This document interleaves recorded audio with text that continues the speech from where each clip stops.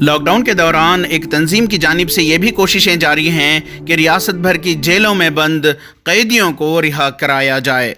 Corona virus की वबा से बने हालात में हाल ही में कायमशुदा कर्नाटका प्रिजनर्स रिफॉर्म्स कमेटी की जानिब से एक बड़ी कोशिश कामयाब हुई है, जहां पर कमेटी की जानिब से हाई कोर्ट में एक PIL दाखिल की गई थी इस गुजारिश के साथ कि इस वबा के चलते लॉकडाउन के दौरान रियासत भर की जेलों में बंद मुल्ज़िमीन और सज़ा याफ्ता कैदियों को रिहा किया जाए। कर्नाटका प्रिजनर्स रिफॉर्म्स कमेटी के अहदेदारान ने नामानिगारों को बताया कि उनसे दायर की गई पिटीशन के नतीजे में हाई कोर्ट ने मंजूरी दी है और 304 कैदियों को पैरोल पर रिहा करने की हिदायत जारी किए हैं। अभी जो है जिनकी क़ैद में जिनके 10 साल गुजर चुके हैं, उनके लिए एक मौका आया था कि उस मौके का अगर फ़ायदा उठाएं तो इनकी रिहाई मुमकिन थी। तो उस मौके का फ़ायदा उठाकर फ़ौरन जो है पिटीशन दाखिल की गई, तो तकरीबन 304 लोगों की रिहाई मुमकिन हो सकी।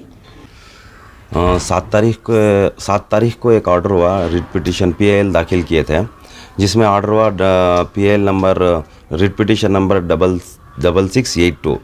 इसके अंदर हमने प्रेयर पूछा था कि ये जो कैदी उम्र कैद है, जो लाइफ कन्विक्ट है, उनके लिए पैरोल की इजाज़त दी जाए।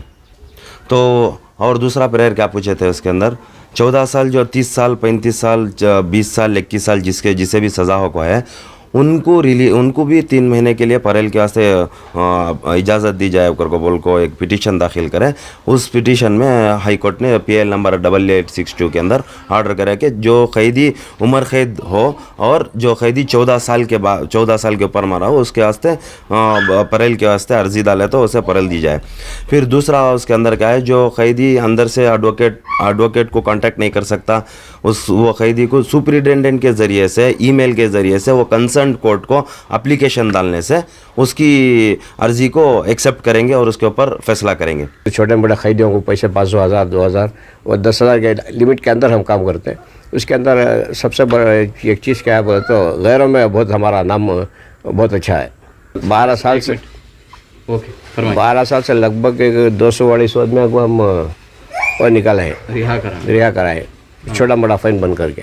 और 26 जनवरी 15 अगस्त के लिए और 2 अक्टूबर के लिए जितने भी लोग ये करते हैं वो हमारे पास आते हैं और उनके बच्चों के स्कूलों के पैसों के लिए जो गैर मुस्लिम है उनको भी मदद करते हैं हम लोग।